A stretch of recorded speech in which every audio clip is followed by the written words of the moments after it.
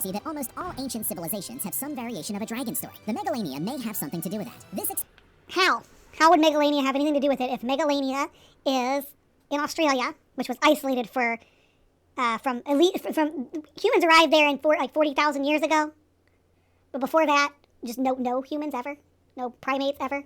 So how would where would the dragon lore come from? And when the people did arrive there and drove this to extinction, it was another 40,000 years before any other people contacted those people, and the other people had their own dragon lore before then. Not to say that other species of large lizards from Africa and Southeast Asia may not have contributed to localized dragon lore, but I don't think Megalania in and of itself had any contribution at all to anybody's dragon lore except perhaps the Australian indigenous people themselves.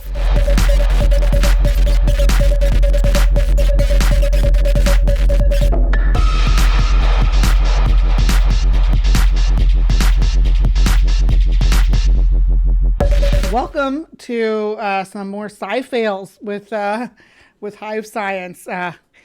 We are going to be looking at 24 deadly animals you will be glad to know are extinct.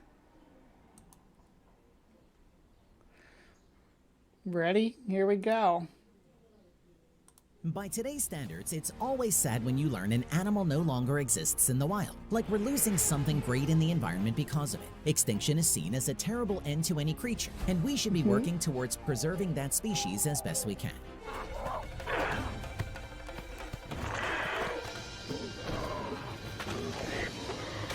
However, there sure were some that were glad went extinct long ago.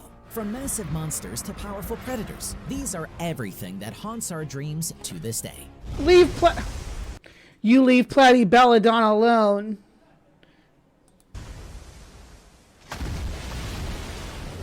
Some were long gone before humans, and some of them might have shared hunting spaces. Get comfortable, get ready, and make sure you subscribe to the Forever Green channel. That was never a thing that existed. Nope, this is a mutated crocodile or mutated alligator from Rampage. Because we've got a doozy of a video to show you today. 24 deadly animals you will be glad to know are extinct. That's the Kraken from Number 24, Smilodon. Clash of the Titans. Otherwise known as the saber-toothed cat, the Smilodon was an ambush. There's the giant one from from 10,000 BC. Saber-toothed cats were huge, but they weren't this big. This is like in Andrew Sarkis territory on the size. No carnivorans. Well, maybe some of the bigger bears could have had this big compared to a human. Just think about it. He's in the foreground here, and this is a grown man. So either it's implying that humans were much, much smaller in the past, or it's exaggerating the size of this feline a great deal. Predator known for its robust build and exceptionally long canine teeth. It was built with a larger jaw than modern cats, and teeth adapted well by nature for its exact style of precision killing.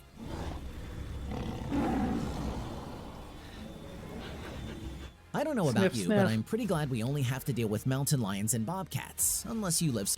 That was not a mountain lion. That was a regular African lion. And mountain lions look much different. That is a bobcat, though, I believe. Its feet look small enough. Somewhere a bit wilder. The saber-toothed cat may have briefly lived with humans, but likely died with humans, and the Ice Age finally putting the nail in the coffin. Number 23, Pentacopterus decorahensis. You probably don't want to imagine a giant scorpion, much less one that's 5 feet long. Well, it was a Eurypterid, not an actual true scorpion, but playing off the more Clash of the Titans stuff. In 2015, scientists discovered the Pentacopterus decorahensis in all its glory and used to swim around modern-day Iowa nearly... Iowa, you have a lot to answer for. But it's not a real scorpion, as you can see. It's a Eurypterid. 450 million years ago. Their successors would go on to be current-day ticks, spiders, and lobsters. But false. Ticks and spiders are arachnids, so they're chelicerates like the Eurypterids were. But lobsters are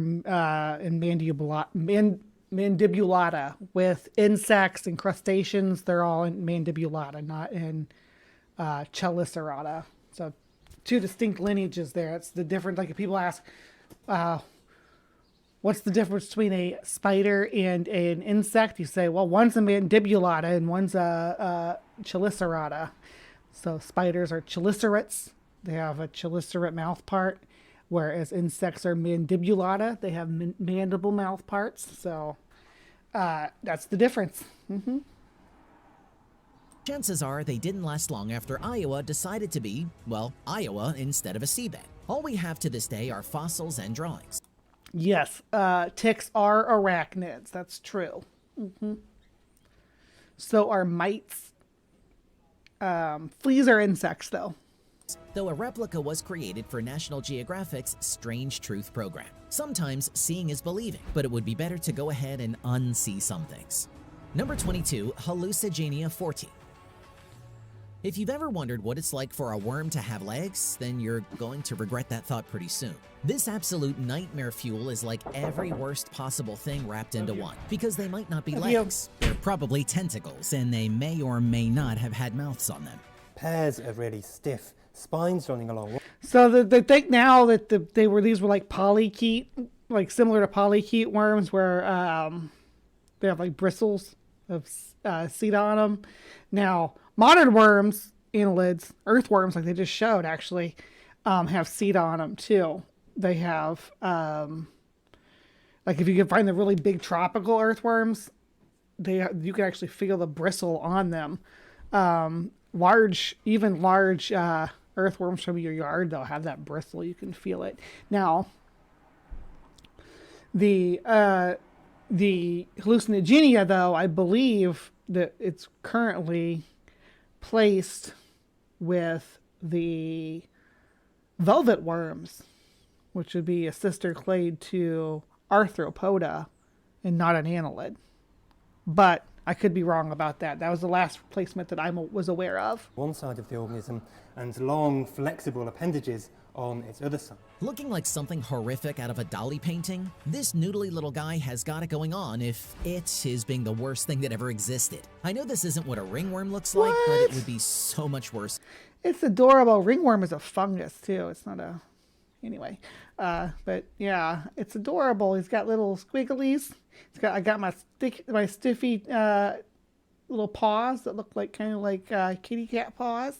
And he's got his noodly arms for exploring the world, and his bristles for protecting him from predators. He's adorable, and his little bumbly head with two little compound eyes on top of it. You stop being mean to him. He's cute. If it were, don't you think? Number 21, Gigantopithecus.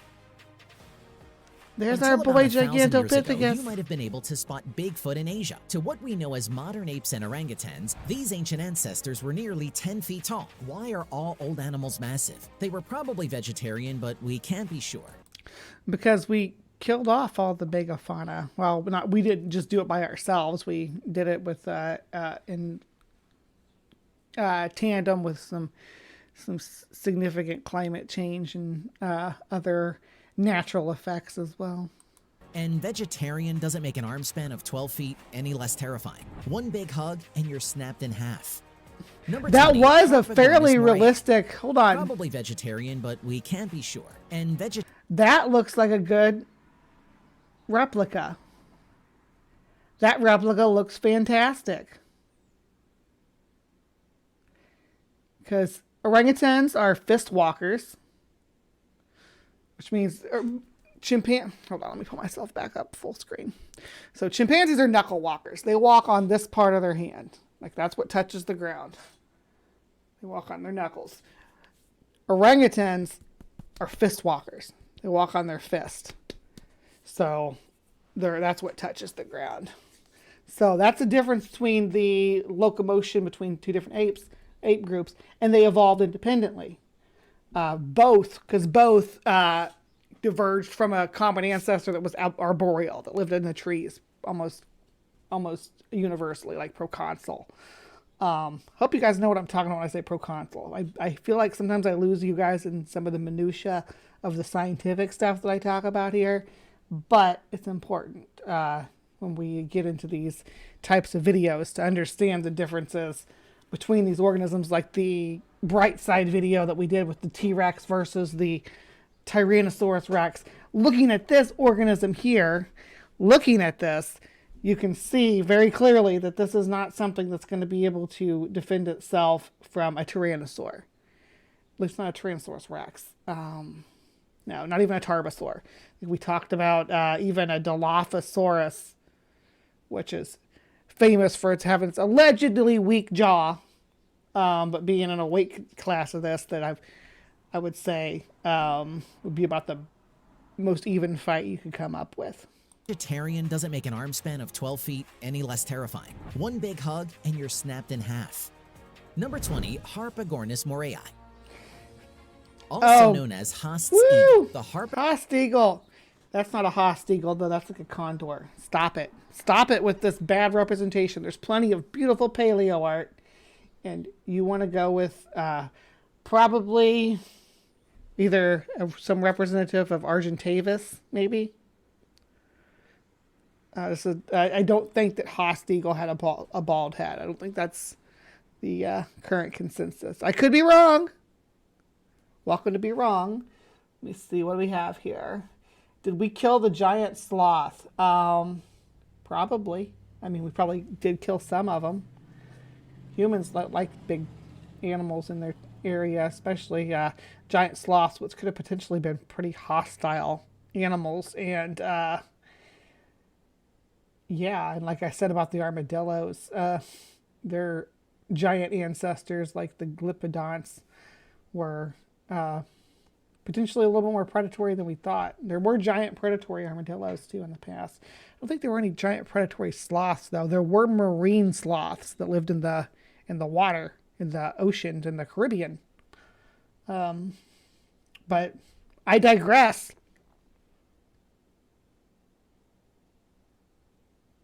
Harpagornis morai probably only went extinct about 500 years ago at the hands of early Polynesia peoples in southern New Zealand. They developed what we now know as island gigantism due to a... So I don't know if humans directly hunted or engaged with the Haast eagle, but would have killed it by association from hunting the moa. Lack of competition, and were a clear descendant of the terrifying raptor. At the time, they were known best by locals for their ability to swoop down. That is kind of true about the raptor thing, because birds, modern birds, are Maniraptorans, right? But keep in mind that you know, a duck is too, and a flamingo, hummingbird. Hummingbird is descendant from the mighty raptors. Chicken. An emu is, you can kind of see it there. Penguins.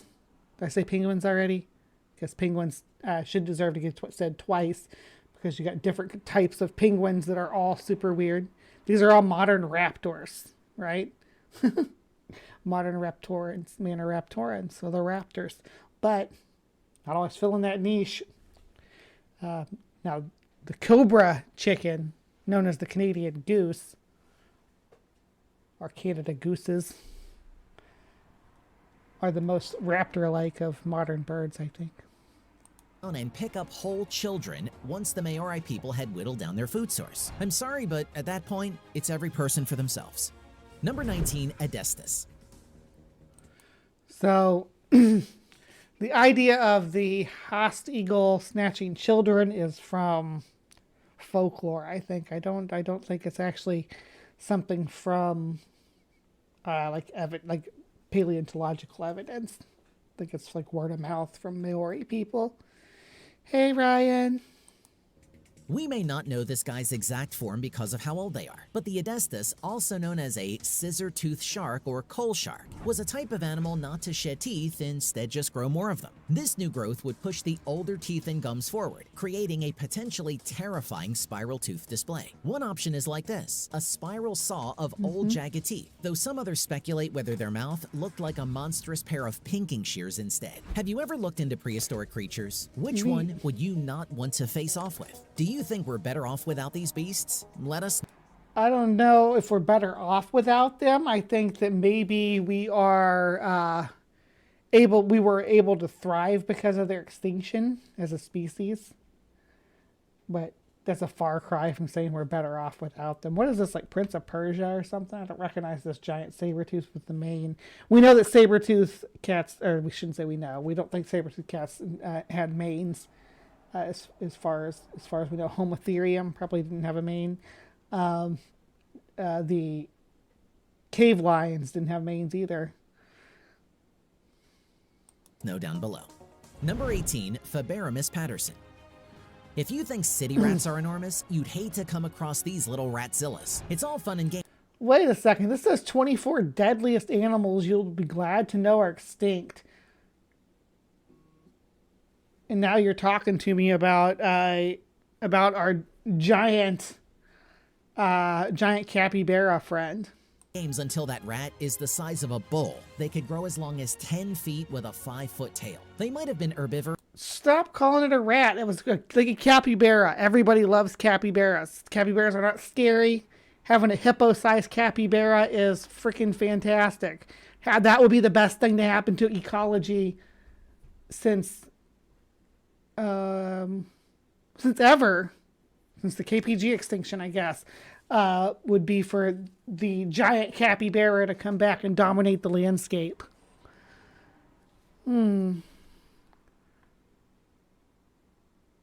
But these aren't rats though. They're cavimorphs. They're close related to guinea pigs, maras, and capybaras. But they had foot-long incisors, and I really don't like those odds. They were known to live in the ancient Orinoco River Delta about 8 million years ago, so they're probably... Which is still inhabited by capybara and by caiman and manatees and anaconda, jaguar. Probably not going to live in the ancient Orinoco River Delta about 8 million years ago, so they're probably not going to come back anytime soon. Hopefully. Number 17, But they're so cute. Why wouldn't you want giant capybaras? Oh, hippo bears. I just want to squeeze one of their heads and scruffle its cheeks because it'd be chill. You could probably ride them. Maybe that's what who are the people in the Levites or Levites or Leamites or something like that. In the Mormon tradition that lived in South America, they rode tapirs. Maybe they rode giant guinea pigs instead. You ever think about that? We're about to go into Titanoboa, so I'm gonna have to grab a drink.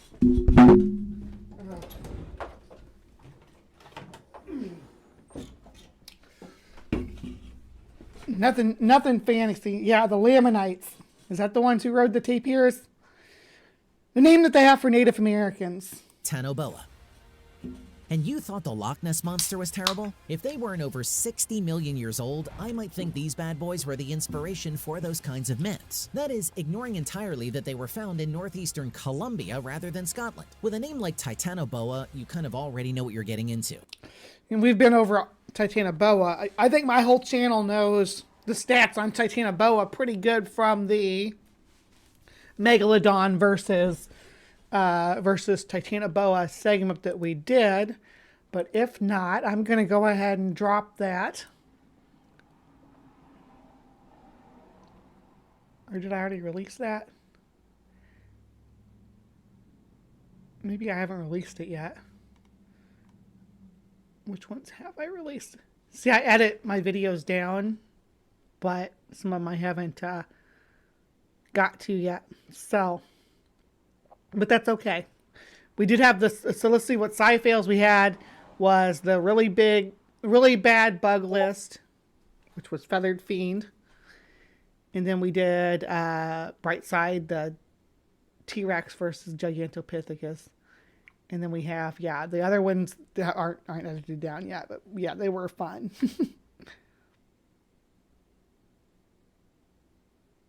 It's a titanic snake, which could grow as long as 42 feet long and weigh as much as 2,500 pounds. You're not winning a fight with this bad boy no matter how good you are. They'd eat you whole as a midday snack if they even recognized you as food.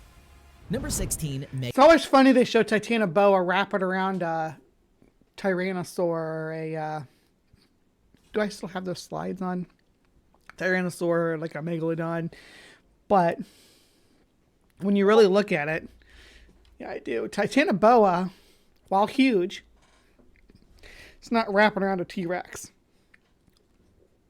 There's no way. It just doesn't have the length to get a good grab. It could, if to a T-Rex, a Titanoboa would be like have a human having like a ball python around their neck.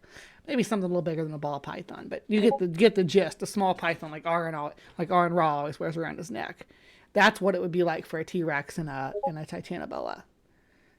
So it wouldn't actually be a good fight. It wouldn't actually be.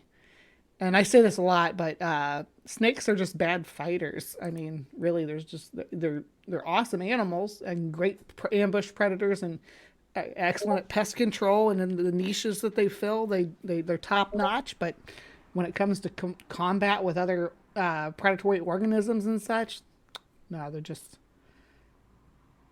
You want to see Hans Wormhat's take on all this? He doesn't believe in any of this stuff that we've covered so far. Meganura. If you're in an area known for dragonflies, you'll know they're pretty big. But what if they were so big, you'd have to beat them off with a bat? They might have been harmless like their modern-day descendants, but that sure doesn't make it a whole lot better. Yes, it does. Why would you want to beat them anyway? Hippoberas, yeah. You just made them terrifying by calling them. Yeah, well, they wouldn't. They'd be like friendly though. You know, like capybaras are, or guinea pigs are.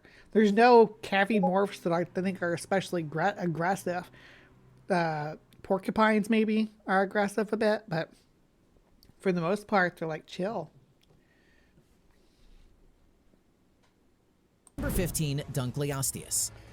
If you didn't think fish needed armor, you certainly don't know much about prehistoric times. The Dunkleosteus not long had its armor, but... It said Dunkleosteus there. Dunkleosteus. Said for right the first time, though.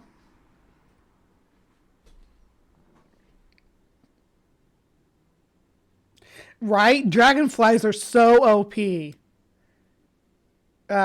They have the best flying abilities in the insect kingdom. Or the kingdom, but in the animal kingdom. They have the best eyesight in the animal kingdom. The best hunting statistics. They're amazing creatures. Yeah, I can sit here and simp for dragonflies all day. Or for griffinflies, we're probably very similar. Oh, let's see. Dragonflies have the best flight set moves. Yeah, they can move in all directions evenly and see in all directions. The only bird remotely close are hummingbirds. Absolutely right. And hummingbirds aren't predators, but if they were, a dragonfly is only harmless because you're not bug-sized. Yeah, but a dragonfly would have to be probably have a wingspan of at least, 15 foot or so before they would start considering us something that, on the menu. And even then, they'd probably target only like children and stuff. Which, there's too many kids in the world anyway. But the dragonflies need to eat. Let's see here. That would be terrifying if they wanted to give you a hug, though. I don't know how I would feel about that. Fun fact, I'm 1 day older than Titan Uranus. Yeah, I didn't know that, but sorry I missed your birthday. Happy birthday, though. I know I didn't miss your birthday. I think I said happy birthday to you. They have great vision, too, if I recall correctly. You do recall correctly. They have excellent vision. Some of the best vision. I can't think of anything with better vision. At least not better circumferential vision.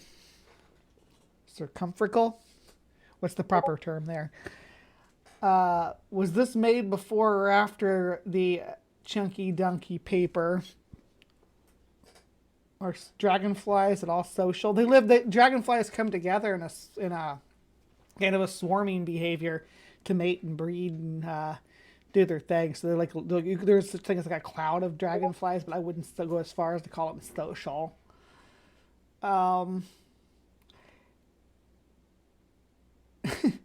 Well, so let's look at, I think this is before, because it's from a year ago, so this is when they're still probably going to go with the 33-foot dunk. But had unique teeth and a beak-like mouth, explicitly made for biting through the same kind of armor. They might have been a sort of cannibalistic species. With that kind of information, though, we can't be sure. They had jaws so efficient they could hinge them open. Well, if you call them cannibals is kind of weird to say, because placoderms were like a whole niche. Like all jawed animals were placoderms at this time. Anything with a jaw was a placoderm. Teeth hadn't really taken hold in the clade, so they have big like scissor jaws instead. Now, our ancestors were placoderms, so yeah, one clade of placoderms eating another shouldn't really be considered cannibalism. Is in the same vein that like one mammal eating another mammal is not cannibalism.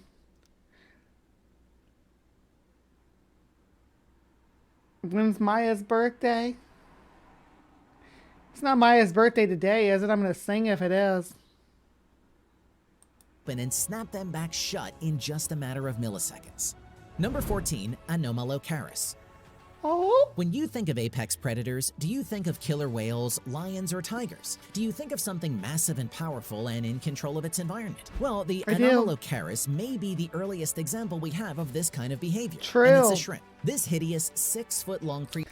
Not a shrimp, but that's okay. It's a radiodon. Creature had tentacles with teeth in them, and they were carnivores in their time. We're just lucky shrimp don't look like this anymore, because I'm not sure a beach trip would be the same knowing what's down there.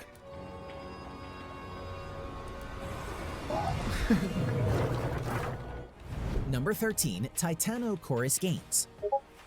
At a massive 1/2 meter length, the discovery... Why is Titanochorus scary? I'm not 100% clear on why we should be afraid of Titanochorus, which was a giant filter feeder. And I say giant, it was like a basketball sized. It wasn't like, it was giant for the time that it lived in. Of this 500-million-year-old species was beyond comprehension at the time. The Titanochorus were considered giant compared to even most of the animals living in the sea at the time, which were all barely larger than a pinky finger. This mind-bogglingly large critter is to this day one of the largest animals ever found from the Cambrian period, complete with a tooth-lined mouth, spiny claws, and a body with flaps to better swim with. All of this adds up to an arthropod I'm very, very glad we don't have to deal with today. Why? It's little bitty. It's not going to hurt you. Just like the Anomalocaris is not going to hurt you. They're like that long. They would run from you. They would go, ah, scary giant thing. Because you'd be the biggest thing in the environment. You would be so huge in the world that they lived in. You would be terrifying. Wading through or snorkeling through or whatever. Now, the later periods, like the Devonian, when you get Dunkleosteus in there, I don't like your odds. I think, matter of fact, if I had to speculate, I think Dunkleosteus would probably be the first mega predator that humans should be afraid of. Even at its shorter measurement, which is still huge, was 13 feet, something like 3.5 meters. Is the estimate now. Dropped down from like 5 meters. But still a huge animal. Still something to be afraid of. But that's probably the first, yeah. Let's see what's next. Number 12, Forus racidae. With a name like Terrorbird, you get exactly what you're expecting. But if that's not enough, 2 million years ago, they... Now I get freaking... When I play my Sesame Street Terrorbird thing, I get a goddamn copyright claim on it every time. And I have to clip it out. So why do they get to use it and I don't? I even recolor mine and edit it down and put Big Bird in there and everything. And they still say, nope, you can't use it. They lived in the Americas and could grow to be something of 10 feet tall. Their beaks were so strong and sharp that a blow from the head could kill other animals by cracking their skulls. These apex predators from the Cenozoic era went extinct around the time of the humans. Wait, what? Does it went extinct around the time of the humans? Humans aren't extinct. though they may have lasted in a much smaller form until recently in Uruguay. They might have been flightless, but if you've ever seen the power of an ostrich, you'd know that doesn't mean anything. Actually, pay attention to a Siriema. We get sidetracked again and show you guys a Siriema. Hold on.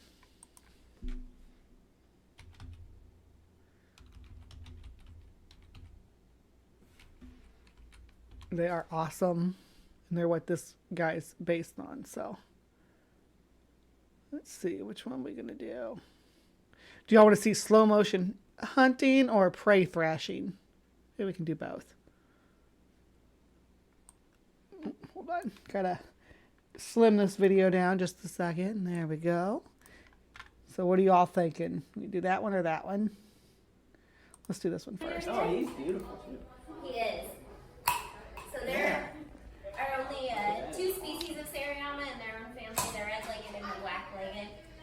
And Kevin, his legs are a little dirty right now. They usually can be really bright orange or a little bit of a red hue. Did you take his alligator away? It's not normal for Okay. Seriama, normal for him. So when we got him, he was a tiny little kid. And a lot of the times, birds in captivity can get metabolic bone disease. So he said he had metabolic bone disease when he was really little. And to remedy that, He was like, why isn't my nummy lizard breaking open so I can get some nummies inside? we took him outside every single day when he was little. And so they're just a little crooked now, but don't harm him at all. Yeah, it's completely fine. I want to kiss him. I know I can't kiss him. I mentioned he can be really, really loud.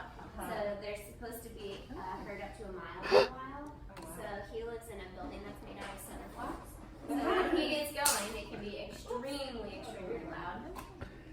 Get that lizard. He is. Kevin, you're just missing it a little bit. Just a little. Oh, well, that's one. Let me point it out for you. It's kind of hard to see. There. There you Nice.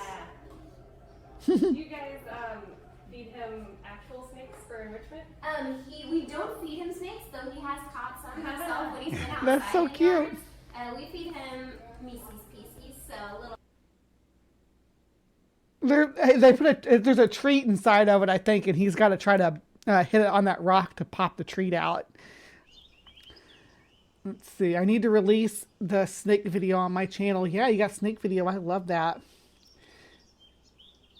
And they do the whole imprinting thing. Yeah. They don't care what you look like if they think you're their mom. She fed him the treat when he hit it on the rock and not the floor. Yep. They were in the pouch on her wrist. Oh, so she was dropping them when he hit it in the right place. She would give him the treat. I gotcha. You should have a short 15 to 30 minute guest appearance or interview on Live from the Hive. Yeah, maybe. I wouldn't mind taking a guest on for a segment. All right, let's get back to the other video we were watching.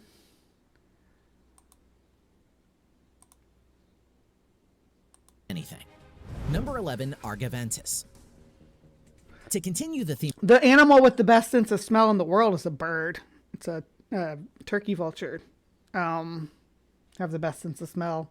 of birds, this prehistoric vulture had a wingspan of 20 feet, was as tall as a human, and preyed on cattle. We know that even current-day birds are just evolved dinosaurs, but this one gives off powerful pterodactyl Wait a energy. second. They're the largest flying birds ever to exist, which compare to the current largest flying birds of the albatross. I'm confused right now about whether he's talking about like a Hesperornis with teeth or he's talking about a Argentavis with it's a giant condor.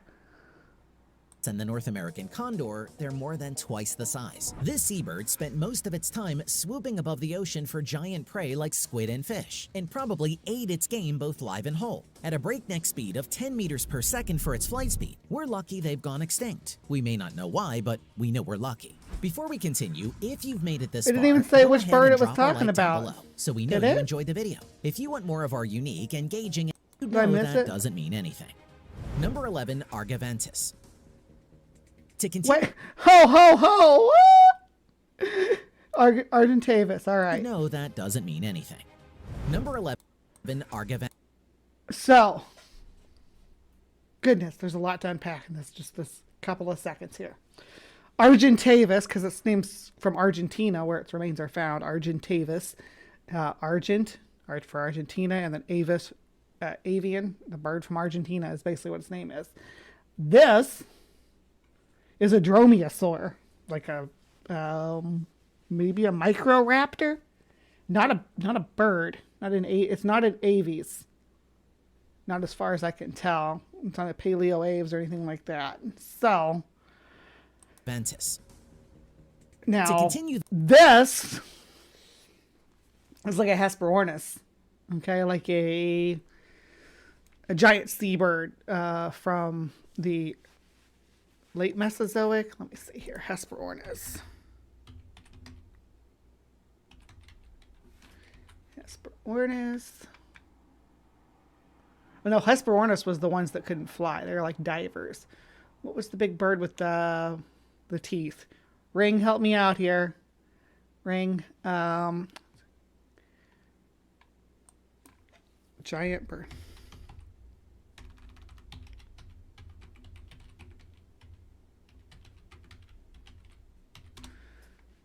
Paleognornithids. Paleognorniths. I'm gonna butcher that name. Paleogornithids. Paleogornithids is the proper name, I guess.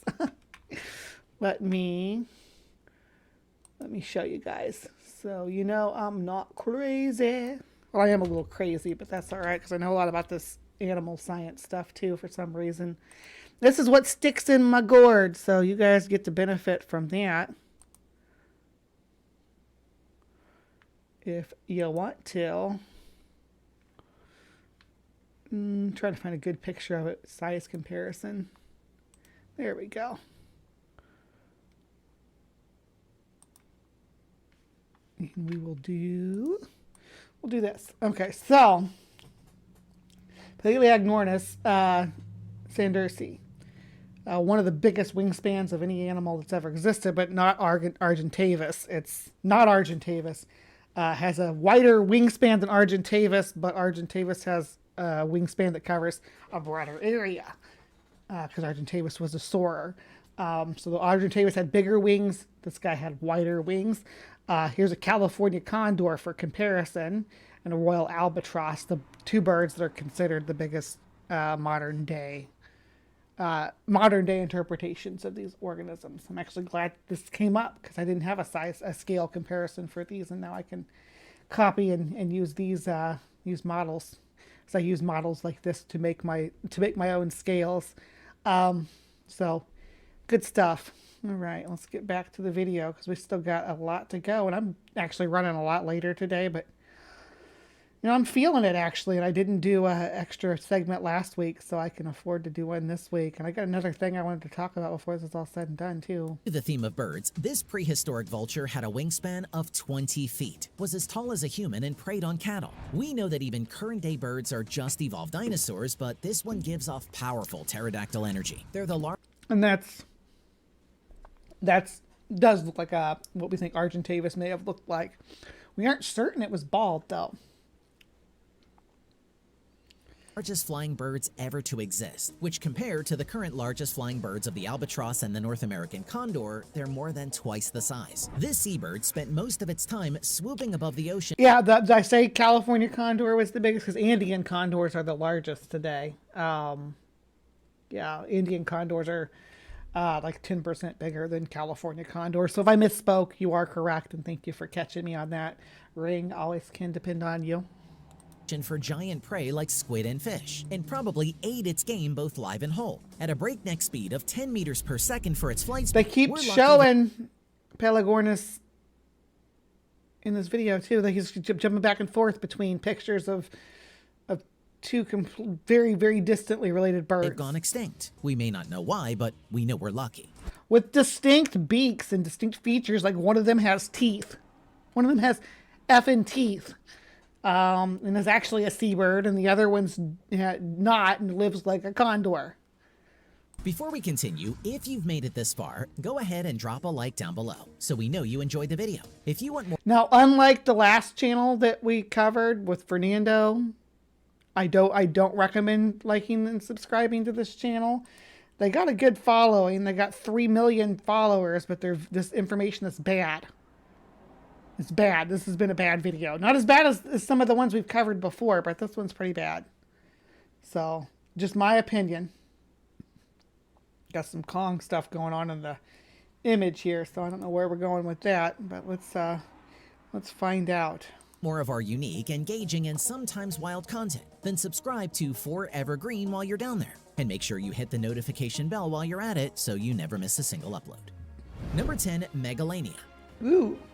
Isn't it a bit crazy that almost all ancient civilizations have some variation of a dragon story? The Megalania may have something to do with that. How? How would Megalania have anything to do with it if Megalania is in Australia, which was isolated from humans arrived there in 40,000 years ago, but before that, just no humans ever, no primates ever. So, how would where would the dragon lore come from? And when the people did arrive there and drove this to extinction, it was another 40,000 years before any other people contacted those people, and the other people had their own dragon lore before then. Not to say that that other species of large lizards from Africa and Southeast Asia may not have contributed to localized dragon lore, but I don't think Megalania in and of itself had any contribution at all to anybody's dragon lore except perhaps the Australian indigenous people themselves. Extinct species of giant monitor lizard inhabited Australia during the Pleistocene era, and it is the largest terrestrial lizard known to have existed. They vanished probably around 50,000 years ago. And that's the Photodon from King Kong. Not a Megalania either. I don't know why they put this weird horn on its head in this art. Probably went extinct around the first emigration of indigenous settlers. Photodon. If you think you've got some nasty relatives, just think of how the Komodo dragon must feel. Number 9, Dinosaur. Komodo dragon's pretty nasty, though. Komodo dragon will mess you up. You don't want to get attacked by a Komodo dragon. You get out there, you better be carrying a big stick. Actually, one of the guys from, and that wasn't a Komodo dragon, I don't think, but I was going to say one of the guys from Lord of the Rings did his Wild Things show and got bit by a giant monitor lizard and had to be rushed to the hospital. Megalania was totally on the ark, you think so? All things pay homage to the Linux god. The albatross reminds me of the Rescuers Down Under. Oh yeah, there was an albatross character. You know, albatross can have a wingspan of like 6 foot. It's amazing. Yeah, the constant like baiting is it's silly because this is giving me this. I can just farm these channels for content forever.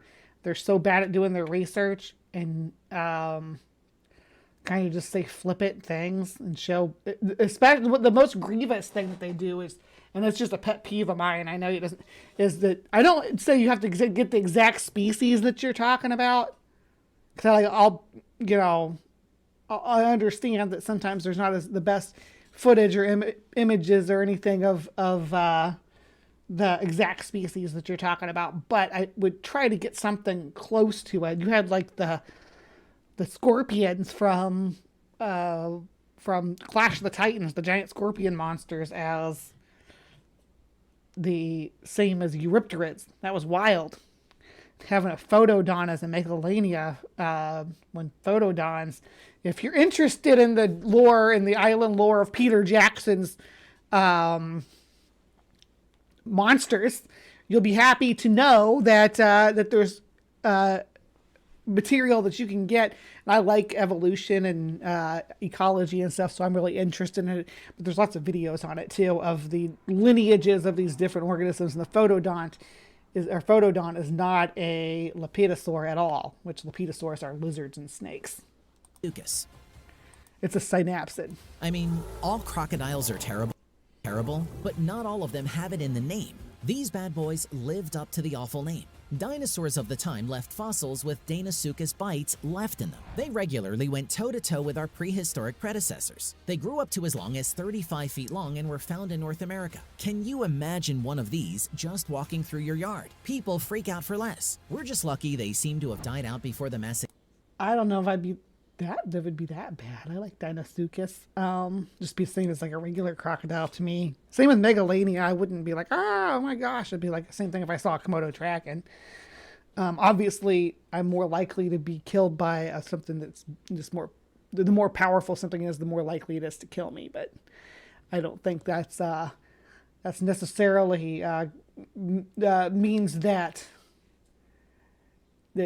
we would change the way that we function in our ecology. I just don't. I think we'd have the same regulations about giant crocs as we do about the big crocs we have now. Extinction events, because I'm not sure a meteor would have been able to do the job. Number 8, Platybelodon. All right, you better leave my Platybelodon alone. I love my Platybelodon. You're just being a bully. Platybelodon's like he has to sit at the table with the tiny headed what was the one from the guy with the tiny head from the Permian period. God dang it. It's gonna drive me crazy. Tiny head. What you call the Cotylarhynchus. Yeah. With its super, super tiny head. Like, these guys, these poor creatures that get teased all the time and have to sit at a table by themselves because everybody makes fun of how weird they look. I love your tiny head. Don't you let them shame you. But Platybelodon gets the same treatment because of his weird snack face.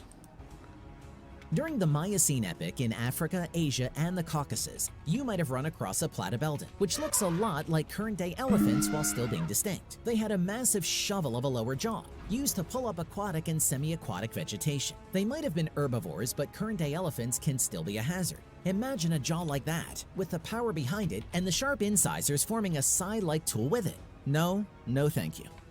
Number 7, Helicopter. I don't doubt that they probably had similar characteristics to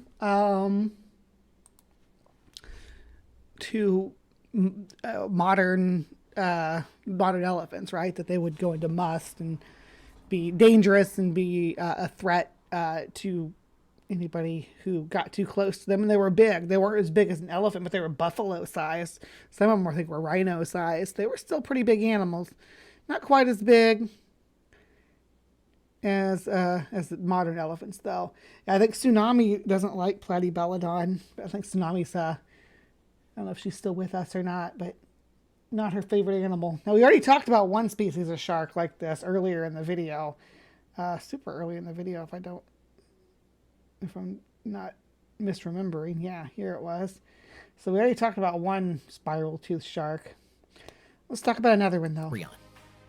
If you're like any sane person out there, you've probably never had the thought, I wish sharks had a buzzsaw-shaped mouth. Like most other prehistoric fish out there aren't enough fossils left to get a good idea. The Helicoprion baffled scientists for centuries as a mystery. They found bits and pieces of a jaw and finally put together its horrific form, as if we didn't have nightmares already. The whirl of teeth was created as the fish produced more towards the back rather than shedding old ones, pushing them forward into this spiral of horror. All we know is they went extinct close to 200. Spiral of horror, yeah.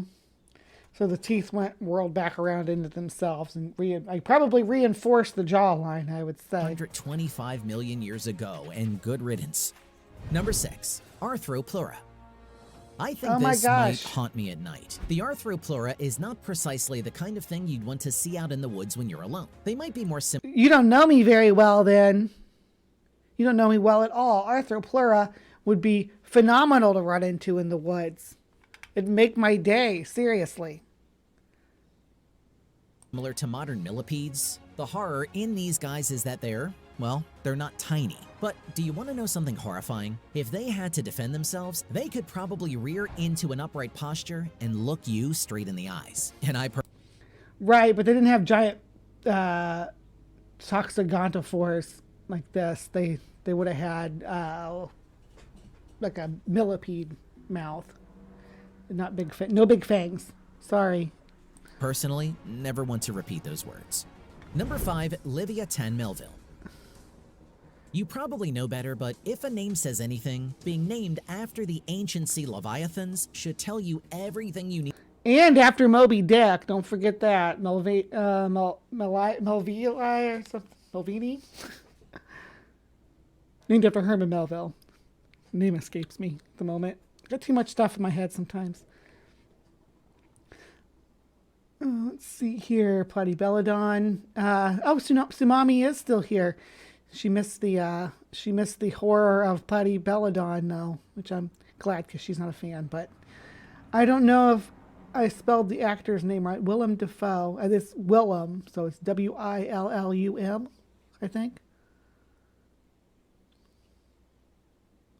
Need to know about this beast. They are a relative to the modern sperm whales and could grow up to around 57 feet long, with a skull alone that was 10 feet. Not to mention its 40 teeth at 14.5 inches long, which are, if you're wondering, the longest teeth on any creature, extinct or not. They fed on large prey at the surface of the water. Though its size helped, it was probably so large because of its competitor, the megalodon. They went extinct due to the mass cooling event, which also... I like to think that the megalodon is also my main competitor. I mean, not to brag, but if I was a megalodon, would I want to go up against me? Come on now. Think about it. preserved many I can do math. of their bones. Which makes this animal the biggest tetrapod bite ever discovered. Lucky for us, the ocean has one less horror out there. Number 4, Camarasaurus. Aw. Not to say there aren't giant squids out there, but the ones we have are nothing next to this one. They lived something of 460 million years ago and had a vast cone-like shell on top. They were kind of gentle giants, though. That thing's full of gas, and they floated along in these really shallow seas, like just bobbed along like manatees. They were like manatees of their day. Not anything. Well, I mean, they weren't eating. I guess I should say that because they were eating arthropods and stuff, but they weren't like macro predators. Which aided them in hunting. Though at their size, 40 feet long and 2,000 pounds, they probably didn't have to compete very hard. I wouldn't say this is the inspiration, but if they'd lived a little longer, I could see humans making a big deal about the deep sea kraken after seeing one of these giant creatures. What's happening? It's a huge squid. It's got the light. The stuff of legends, if there ever was. I don't know what that's from. Maybe Number the 3, shark. Megapiranha. Maybe the Meg movies. Now they used the mutant piranha or whatever, Mega Piranha 3D kind of thing, but Mega Piranhas were different ecologically from modern piranhas. They were more solitary, but yeah, we're gonna get all kinds of nonsense about them here. Let's let them go.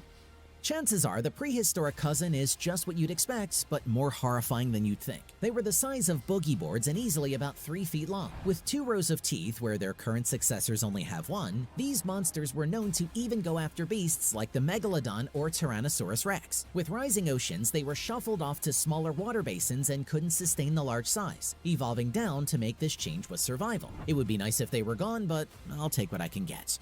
Number 2, Megalodon. Of course. These Megalodon has to make the list, right? whale-chomping monsters were a force to be reckoned with. However, we don't entirely know when the last megalodon died. It was probably around 3.6 million years ago after a global cooling event. The scale of these massive beasts is hard to put together. Their jaws could eat a complete grown man whole. To this day, the megalodon's 60-foot length makes them still to this day one of the most formidable carnivores to have Why'd you say to this day twice there? That was weird. ever existed. We still don't have an entire skeleton, but we know they probably would have stuck to warmer climates. The coastal towns of Florida and the Caribbean islands would probably not be as hospitable if they hadn't died out. Number 1, Arctodus. Not your average bear. The Arctodus was 50% larger than any recorded polar bears and probably would have needed to eat close to 35 pounds of meat per day to sustain their size. They were native to California until about 11,000 years ago, which is far too close to modern times if you ask. One Arctodus. It's Arctodus. The Caribbean islands would probably not be as hospitable if they hadn't died out. Number 1 Arctodus. Arctodus. Right? Am I saying it wrong? Arctodus. The giant short-faced bear. Not your average bear. The Arctodus was 50% larger than any recorded polar bears and probably would have needed to eat close to 35 pounds of meat per day to sustain their size. They were native to California until about 11,000 years ago, which is far too close to modern times if you ask me. They're one of the largest known mammalian carnivores to have ever existed and probably went around the same time as the megalodon with the global cooling event. So hold on, it's time to pull up a bear scale. Bree's all about the scales, so let's have a look here. Oh, not that way. We're gonna do it this way. Boom, boom, boom, boom. There we go. We'll do it like that. Okay, so this is Arctodus right here. This is the even bigger Arctotherium from South America. So just to give you an idea how big these suckers were.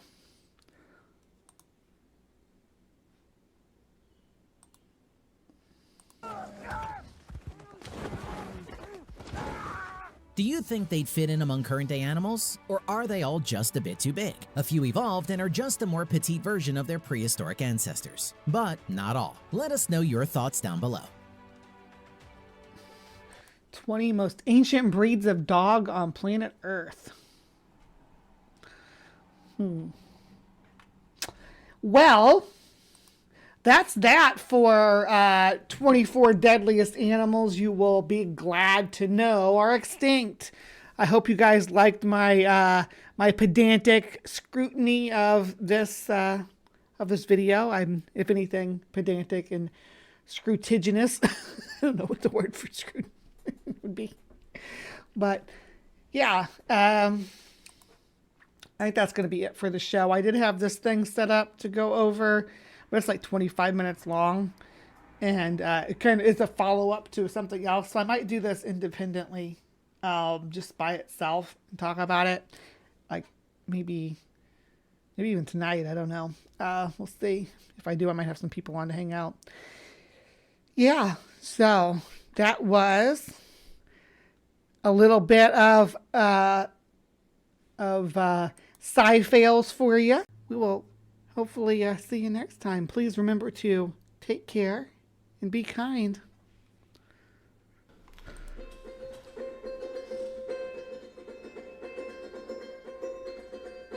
She asked me, son, when I grow old, will you buy me a house of gold? And when your father turns to stone, will you take care of me? She asked me, son, when I grow old, will you buy me a house of gold? And when your father turns to stone, will you take care of me? I will make you queen of everything you see. I'll put you on the map. I'll cure you of disease. Let's say we up and left this town and turned our future upside down. We'll make pretend that you and me lived ever after happily.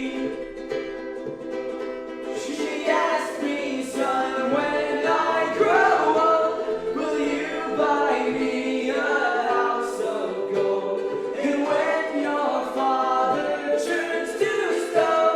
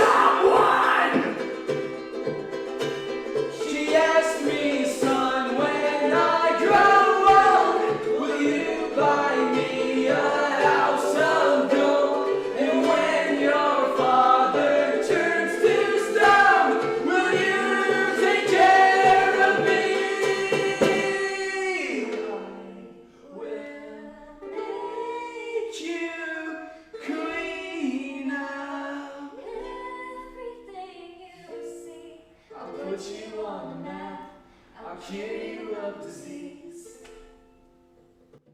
All right, we should probably. Bye. That was not the best piece. Yeah, no, that was awesome, guys. That was awesome. Can I just get like a quick peek? There's no peek. It's just gone now. What? It's recorded. It's over here. If you want to see what it looks like. We're still live. Wait, that was live? Yeah. That was a live. Whoa, what? What were the people? Yeah. That was live. We had like 20 people watching. What did they say? They said, get off the stage, boo. Now they're like, woo, effing cool, woo, let's do it. Let's start, they did the laugh button. You got to start in the crowd, sweet, woo, that was great. You got clapping going on. Yeah, more people are tuning in. We really appreciate it. We're called Lily of the Valley. We're on social media. You guys should like follow us and stuff, please. Thank you. We do rock. We do rock. Yeah. Not today though. Today we're acoustic. Yeah, that was they're doing their acoustic set. They got a show later on. I'm gonna pop over to just the rainy day thing real quick, and I'll be right back.